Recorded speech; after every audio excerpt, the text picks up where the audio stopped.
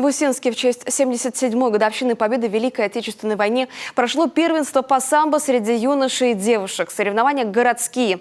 На татами вышли 120 ребят от 11 до 18 лет. Вместе с ними и легенда республиканского спорта Александр Карепин. Подробнее об одном из наставников юных самбистов, организаторе и главном судье чемпионата Рустаме Нурисламове. Самбо – это не просто боевой вид спорта. Это целая система защиты без оружия. Считается, что оно впитало и продолжает впитывать в себя самые эффективные приемы защиты и нападения. Рустам Нурисламов со спортом на «ты» с самого детства. Отмечает, что в самбо попал случайно еще в далеком 1985 году. И вот уже полжизни на татами, а зал самбо для него – второй дом. Самбо – это вид спорта, который для жизни. То есть оно и дисциплинирует, и готовит ребят к жизни. Ну, то есть, как говорят, вся жизнь борьба, а борьба – это жизнь.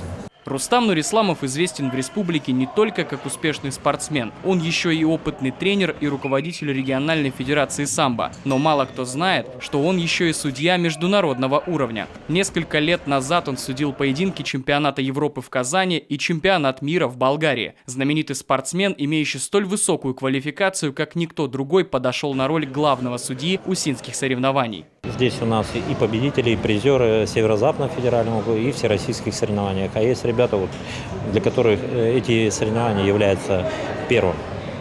То есть уровень подготовки у всех разный, но главное, что у нас соревнования прошли по этому возрасту без травм. Благодаря огромной любви к самбо и организаторским способностям Рустама Нурисламова и состоялось первенство города. Приурочили его ко Дню Победы. Дисциплина, мужественность и ответственность – вот чему учит этот вид спорта. Для ребят это в первую очередь школа жизни. Такие мальчишки и девчонки увереннее войдут во взрослую жизнь. Ну, вообще спорт, он дисциплинирует и помогает в плане того, что есть, ставят цели, да, и ребята, которые спортом большей части занимаются, они этих целей достигают. Несмотря на то, что бывают жизненные трудности, то есть наоборот спорт закаливает, и ребята, они более устойчивые. На таких энтузиастах и мастерах своего дела, как Рустам Нурисламов, и держится сегодня спорт в республике. Он же, как и полагается тренеру, оценивает подрастающее поколение строго и справедливо. Правда, тут же на первенстве все же отмечает: ребята радуют своим упорством и результатами, а потому оценка одна – хорошо. Александр Карепин, Денис Хузин, телеканал Юрган.